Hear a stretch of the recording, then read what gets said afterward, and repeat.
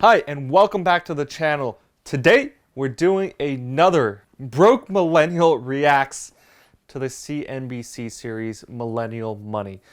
Really love this series, think it's very entertaining. For those of you who love personal finance like me, it gives you a sense of what other people are doing out there across the country with a wide range of income levels. So there really is something for everyone. And unlike a lot of the reacts videos, more geared towards entertainment, I really want this series on my channel to be about education, to be about looking at what other people are doing, breaking that down, pulling apart the good things, highlighting that, maybe talking about some things that can be improved on, and how we can use examples from other people and apply that to what we're doing in our everyday lives. So let's get into it. I think part of the reason why I save so much comes from what I've learned from my parents. We never took vacations. We only went to the library. That was our vacation. They were basically just very frugal, and that carried on to me. I try to be pretty frugal. So she had a really good point right there. A lot of the times I see a lot of people struggling and having questions about what to do with their finances, with bank accounts, credit cards, moving out and into their own apartment for the first time. And if your parents are on top of a lot of these things, there's a lot that can be passed down through just living with someone who's traditionally responsible with their money and have their finances in check.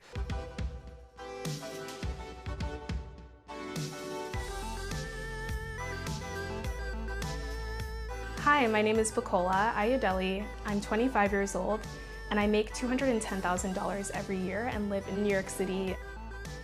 Yeah, another reason why I chose this to be the second episode, this is kind of a complete opposite from what we did in the first episode, about $55,000 in Los Angeles. Now we're quadrupling that amount and going over to the East Coast to New York. Let's see how this plays out. I'm a software engineer working in the fintech space. I'm building tools and applications for engineers. Quick note here for new grads or people finding new jobs. They mentioned here that her total compensation includes a base salary, bonus, and equity. So a lot of the times what you actually get paid, what you take home, is more than just your annual salary. So she might only be making $100,000 in salary here, but the other $100,000 might come from bonuses and equity such as stocks and other things. So when you're evaluating a job offer, take into consideration everything, the whole package, what they're offering you, in addition to just the base salary.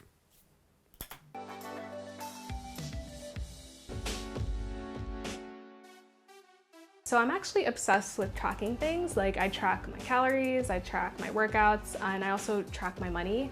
I believe in this philosophy of what doesn't get measured doesn't get managed. So I make. Well, comparing the difference between this budget and the budget we saw from the first video is such a big difference. She brings up a good point. Keeping track of your expenses is very important to know at the end of the day what you're spending your money on. But we take a little closer look into this. Her monthly estimated budget is around $11,000, we'll call it. And we see here that when you make more money, it's easier to save. She's able to spend, $1,500 on housing, which is pretty average, $800 in donations, $625 in just miscellaneous, that's travel, entertainment per month, $300 in food, pretty average as well. Beauty and clothes, $300 per month. $177 transportation, probably commuting, things like that. Subscriptions, $133 a month on these memberships. And utilities, $123 as well. Right? So she's spending about $4,000 a month, and she's still able to save $7,500. So going back to my earlier video about the FIRE movement, right, to achieve financial independence, save up money, retire early, it's easier to save when you make more as compared to you're making less. You really have to make those decisions between paying rent, going out to eat, having a Netflix subscription, and also saving for your retirement, your emergency fund. But here you have a little bit more flexibility. And how I track my money is I use YNAB and I also use Personal Capital. I also have spreadsheets for my long-term goals, so I just make sure that every single month I'm allocating a little bit of money to hit those long-term goals. The total rent for the apartment. And even here within her savings, she's breaking this down between her retirement account, the high yield savings, which is awesome, and then brokerage, probably more the general investing account. Apartment is about $4,000 and my room costs about $1,400. This is actually the most I've ever spent on rent, and I was a little mad to spend this much on rent, but the area is really nice and it's even closer to work, so I kind of save time in my commute. Yeah, another thing, just more flexibility. You have more options in terms of where you can or where you want to live. If we're making a little bit less, we don't really have those options. We're limited to certain areas or a certain budget. But here she's able to actually spend, not too much on rent, but still be able to live somewhere that she wants to.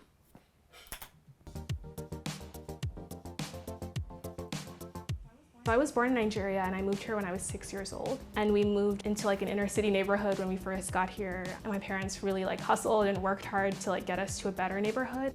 Growing up, my parents really valued education, and they really pushed my sister and I to pursue very traditional career path. In our house, we had a saying that you could either be a doctor, a lawyer, or a disgrace.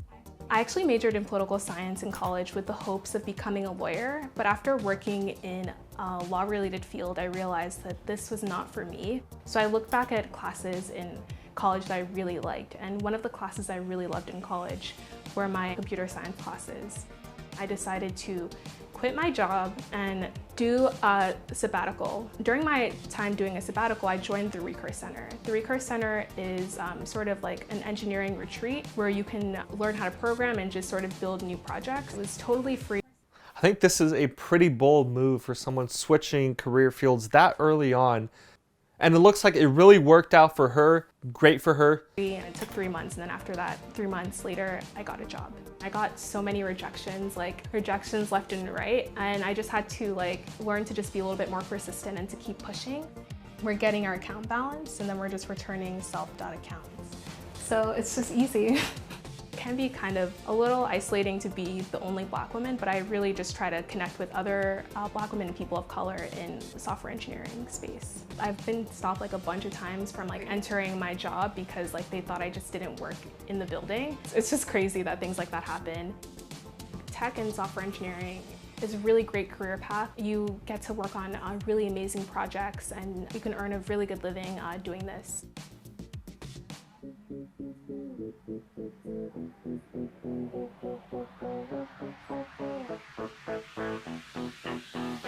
$200 goes towards groceries and $100 for eating out.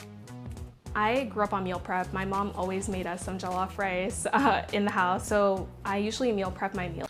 Right here she says $200 for groceries and $100 for eating out. That's actually not bad. Back earlier when they broke it out, I thought all $300 was going towards groceries, but $100 a month eating out is not bad at all, especially if you're making $11,000 a month. It could be really easy in New York to just blow even $100 on one meal.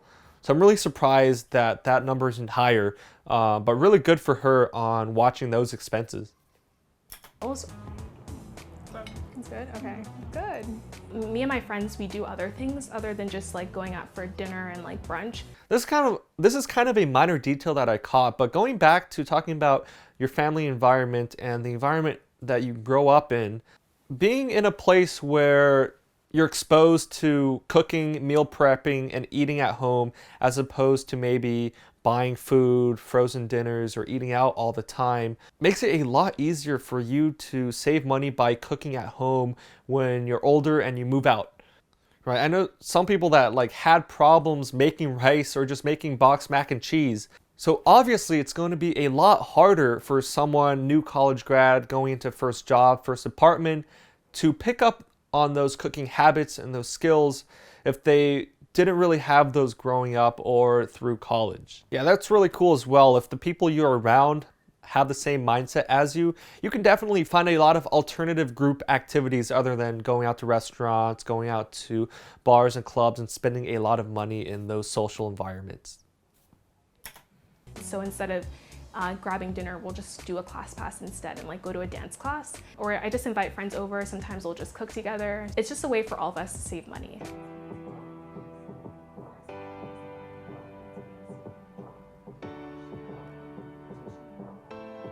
I only left school with about $7,000 in student loans was because of two factors.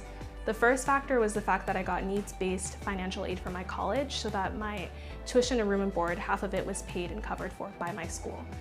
The other half was covered for by my parents, and they gave me probably one of the best gifts that I've ever gotten, which is the gift of a free education. They took on the burden of carrying like our loans, but they were able to pay it off through just being really frugal.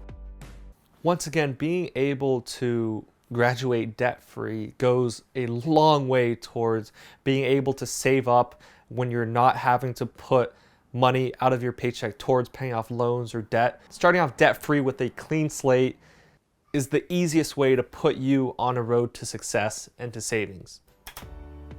Oh.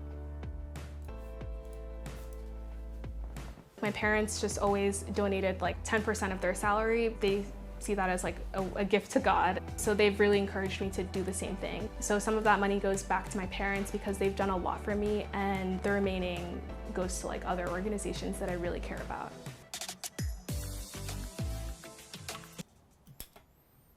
That's awesome that she's able to have the extra income support the causes that she supports. We all know nowadays there's so many great organizations that we can donate to, and we all wish that we had the time and resources to be able to donate. So if you are able to, right, definitely find a couple causes that you support and even get a nice tax deduction from it.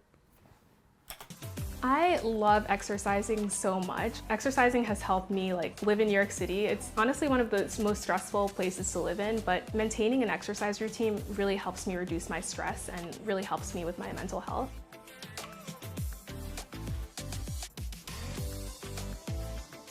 Right, once again here, they're talking about the company provided benefits. So this is all things that you're not going to see in your paycheck, but you should take into consideration. Now, $500 a year is not that much, but if you have an offer, everything else the same, one has it, one doesn't, then, right, you see this as an extra benefit as a result of you working there. And not everyone has to dish out the money for Equinox. If you can't afford it yourself, go to any other gym, or right now going to gyms might not be the best thing. Working out at home, just going out for runs, whatever you can do for free and cheap is also a great alternative. So I really love spending money on beauty. For me, my beauty budget entails like sometimes I get my nails done, sometimes I get sugared. I also really like hair extensions and buying new clothes. So I try to keep my beauty budget at about $300 every month. This is definitely one of those things that is more of a luxury that not everyone will be able to afford. $300 a month. $300 a month, that's $3,600 in a year just on beauty products and spending that money on herself. As with other millennial money videos, right, people making less obviously wouldn't have this much money left over at the end of the day to use on beauty products or on nail salons, things like that. But also there are cheaper alternatives, or to just go out less, squeeze some money here and there. But just an example of something that not everyone would necessarily be able to afford.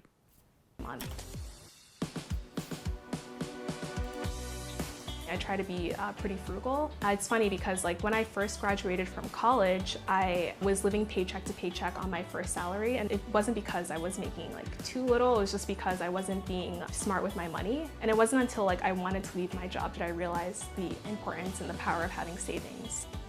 One of my long-term financial goals is to FIRE. I'm a huge fan of the financial independence, retire early movement. I think it's a really amazing movement. I don't necessarily know if I want. A second video in a row, someone's mentioning the FIRE movement. I made a completely separate video covering the movement and some of the principles behind it. But it really doesn't matter how much you make to begin with. Just having that savings-oriented mindset, having that goal, wanting to be independent, be able to retire early on your own terms is a great goal to have, and something that we can all learn from. I want to retire early, but it would be great to be financially independent. One of my goals is also to maybe own an apartment. I know in New York it can be crazy. Like in my neighborhood, a one bedroom goes for like $700,000 to $800,000, and that's just for a one bedroom. Yeah, that's pretty crazy just for an apartment. You can probably get like a mansion with a couple acres of land in other places across the country. But this also brings up a good point. Instead of just renting apartments through your 20s and through your 30s, all that money goes to the landlord and you're not ever going to see a single cent of that back. But if you're able to save up the money for a down payment, able to pay off monthly mortgages, you could definitely consider buying something small, a condo or an apartment unit that's yours. If you have a loan, but paying off that mortgage, a portion of that money goes towards your equity. That unit, that building slowly becomes yours over time. And if you ever need to sell it, you can sell it, pay off the loan, and keep the extra money. She's using her relatively high income at a young age to leverage that to try to own some property.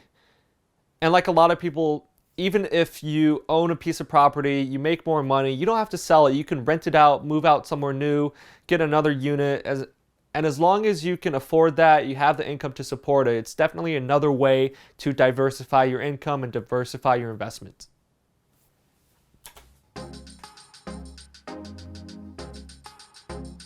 Something that I'm really passionate about is my YouTube channel called The Come Up. It's sort of a channel that I created to sort of give people the resources I didn't have when I was starting this journey.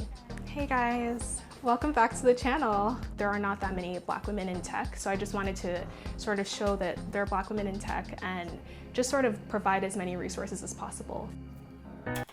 YouTube, yeah, awesome. Find a niche in that channel, try to build it up. That's what a lot of people do nowadays. It's not like 10 years ago on YouTube where there weren't as many creators. Things are so saturated now. So many awesome large creators out there. You really have to find your niche and to build up your channel from scratch.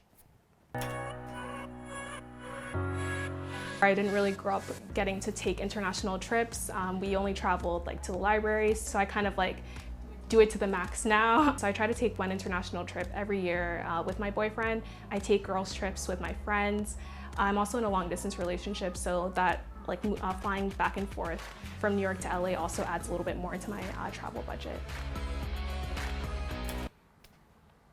Traveling is awesome. Another $500 a month taking those trips. If you can afford it and have the time to, traveling, I love it. It's a great way to get out there, explore the world, whatever you like. If you like eating, museums, nature, so much out there for you. But once again, a luxury. Not everyone's going to be able to spend $500 a month on traveling. But this just goes to show you how much easier it is to kind of maneuver your budget, allocate the money with the more you make.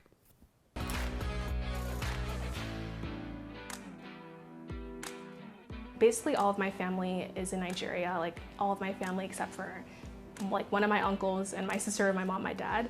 And the opportunities I have here are significantly more than the opportunities that my cousins have. So that's something that I always remember when I'm feeling like down, is how lucky I am to be here and how many opportunities I have here than I having like in Nigeria.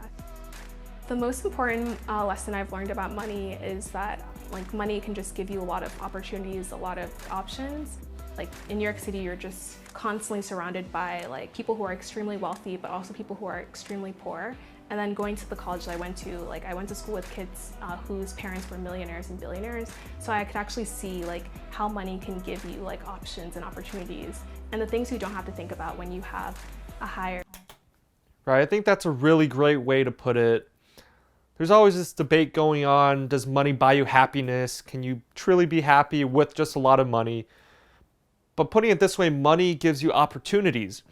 I'm not talking about happiness, but with this extra money, let's take, for example, her. She's able to spend money on beauty, spend money on traveling, open up those opportunities, right? Save up, try to buy an apartment, her own housing unit fairly early on in her career.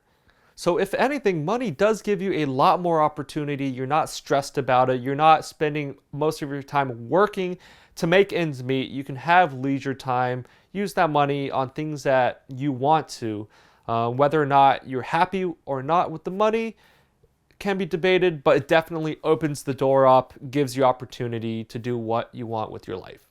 And ultimately, that's one of the most important parts of personal finance, to think about saving, think about money, and to use that to build opportunities for you, whether it be in retirement, whether it be short-term, saving up for investments or saving up for a big purchase.